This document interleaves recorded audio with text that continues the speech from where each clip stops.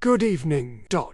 Tonight, we leave the present behind. Set aside your concerns, your lists, your glowing screens. Let the quiet take over.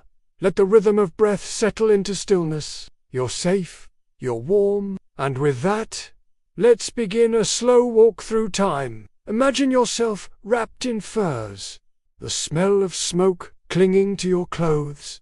A bitter wind has passed, and beyond the frost-covered hills lies a world both harsh and sacred, a world shaped by fire, salt, iron, and dreams. Tonight, we'll journey into the sleep rituals of the Viking world. From warriors weary from sea raids, to queens curled in incense-heavy rooms.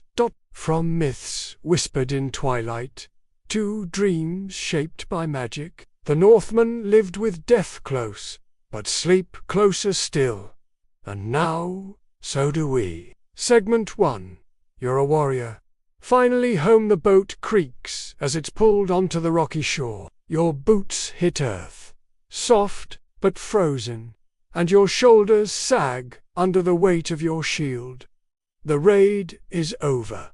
You've returned. You're a Viking warrior, and you're exhausted. You walk inland slowly. The air smells of pine, of wet bark, of old ash from the longhouse hearth. Your fingers, still numb, twitch in rhythm with each step. There's a cut on your hand, not deep, just enough to sting when the cold bites. Home is close. The longhouse glows faintly at the end of the path. Inside, the fire crackles. Light spills out between the gaps in timber. You hear the low murmur of voices, familiar ones. Someone is laughing. Someone is stirring stew. You push open the thick wooden door. The warmth hits your face. Not just heat, but smell. Meat boiled in herbs, animal fat burning in the lamp, and something like sage smouldering softly in the corner. They nod as you enter. A place has been cleared for you near the fire. Slowly, your muscles tremble slightly from the change in posture. You let the fur cloak fall from your shoulders. A bowl of thick broth is placed into your hands without a word. Later, after the food, comes silence and sleep. Your bedding is simple. Layers of straw beneath thick pelts. Deer hide, perhaps, or seal skin. You lie close to others. Family, friends. The longhouse breathes together, a shared rhythm of inhale, exhale. The roof beams groan in the wind. Somewhere outside, a dog barks. Farther still, waves crash softly on the coast. You stare at the rafters. Shadows dance in the firelight. Your body is still sore. You shift, and the fur rustles. Your fingers twitch from the day's labor. Your mind lingers on what you saw. The blood, the sea, the shouts. Sleep does not come easy for warriors. Some dream of past raids, others dream of Valhalla. But tonight, you dream of nothing. Only silence. Only warmth. Only the steady sound of breath beside you. The cold has been kept outside, and inside this wooden hall, for now, there is peace. This is what it meant to rest as a Viking. Hard-earned, rare, uneasy, but real. You survived another journey. The next will come, but not yet. Tonight, you sleep. The year is 1066. You are no longer a foot soldier, not a weary raider. You are a king, a legend in your own time. And your name is Harald Sigurd. But most will remember you as Hardrada, the hard ruler. Your story begins long before your death. As a boy, you watched your half-brother, King Olaf, fall in battle. You were only 15 when the battlefield claimed him, and almost you too. But fate carried you east, across rivers and cities, to serve in the famed Varangian Guard of Byzantium. A Norseman in silk and steel, fighting beneath foreign banners. You gathered coin, reputation, scars, and you returned home to Norway, not as a boy, but as a man carved by war. As king, you were not loved by all, but you were feared and respected. Harald the Hard, a poet, strangely enough, with verses softer than his iron will, but power rarely sleeps, and kings, they are seldom granted quiet deaths. The wind is cold at Stamford Bridge. You stand tall, mail shirt gleaming. The English are coming fast. You've left your armor behind, confident from your earlier victory near York. Your men are scattered, many unarmed. Some are bathing in the nearby river. But you do not retreat. You grip your sword. The battle is confusion, heat, and thunder, and then an arrow finds your throat. Not the chest, not the heart, the neck, a thin, precise cut into a life of conquest. You fall. There is no time for last words. But what of your sleep?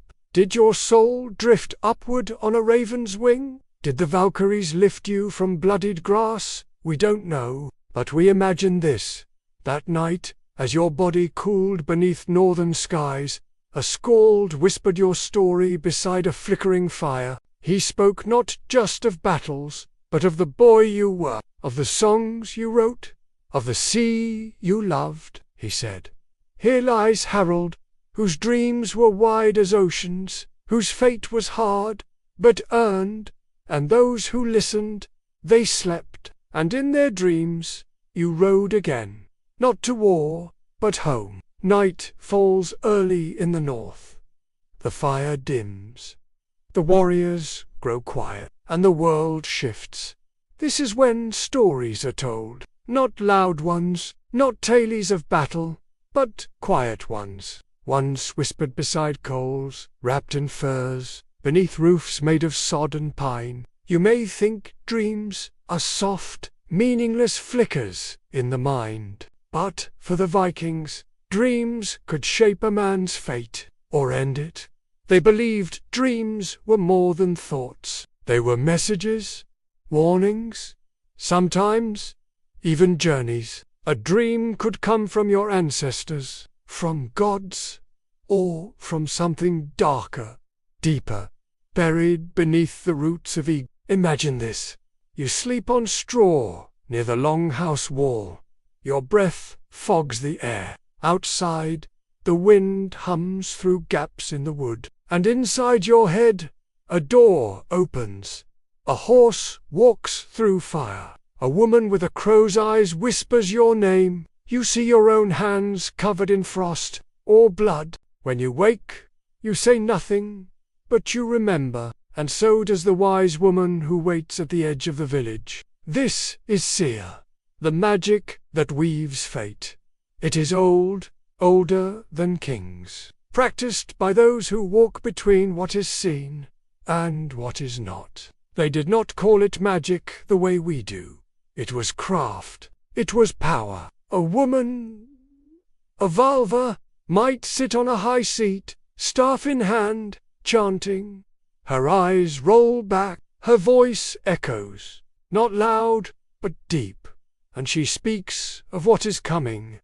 A raid, a child, a storm, or simply a death. Men sometimes practiced seer too, but it was rare and dangerous. Odin himself was said to use it, the All-Father, the Wanderer, who gave his eye not just for knowledge, but for the runes, for the shapes that held the world together. To use seer was to risk shame, to risk being called ergi, unmanly, weak. But some did it anyway, because power is tempting, even when it comes through dreams.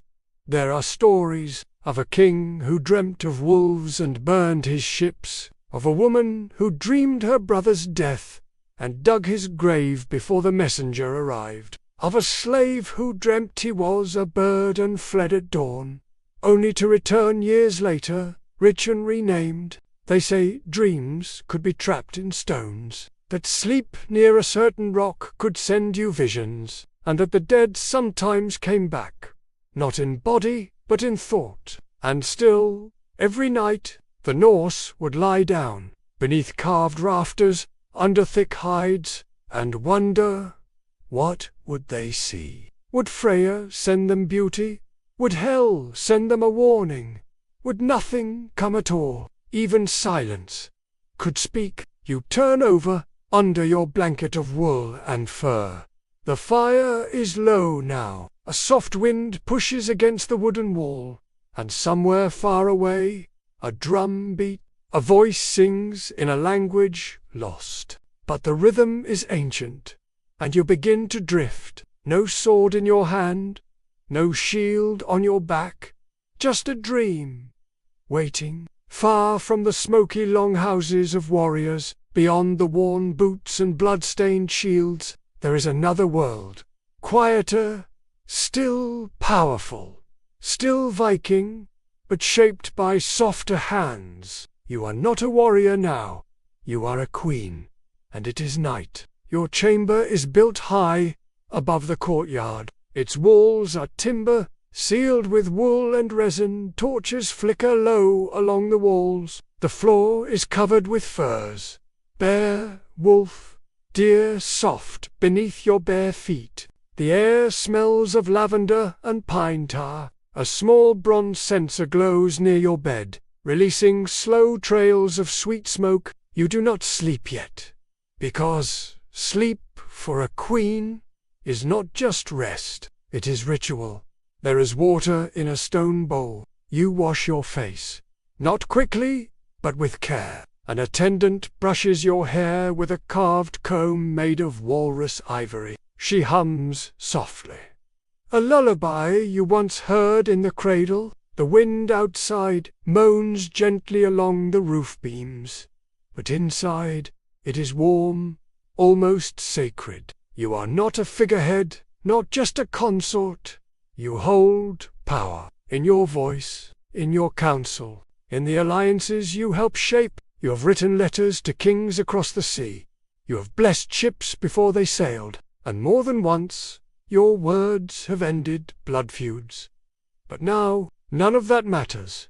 Now, the oil lamp burns low. Now, the heavy fur cover is pulled up. Now, the firewood crackles in a rhythm as ancient as your lineage. You wear a sleep tunic, soft and dyed in faded indigo. On your wrist is a charm, a small piece of amber carved into the shape of a horse. It was given to you when you were 10. A seer said it would protect your dreams. You believe her. You always have. Above your bed, a tapestry hangs. It tells the story of Sigyn, the loyal wife of Loki, who held a bowl above his chained body to catch dripping venom so he would not suffer. You do not speak of that story often, but you see it every night. Some nights you dream of ships, other times of gardens that no longer bloom, but most often you dream of voices. Women's voices, your mother, your sisters, some gone, some still alive. They whisper in the language of old lullabies, and in the morning you remember none of it. Only that you woke, calm. You are not alone. In a corner, your old dog sleeps, curled into a tight shape. Beside him, a cat with yellow eyes blinks slowly. The fire is low. The room is safe. And you, the queen, finally let your eyes close. Outside, the guards keep watch. The wind moves snow along the walls. The sea beyond the fjord slumbers under ice. And within the wooden heart of the house, you, like the land, are quiet. Not just sleeping,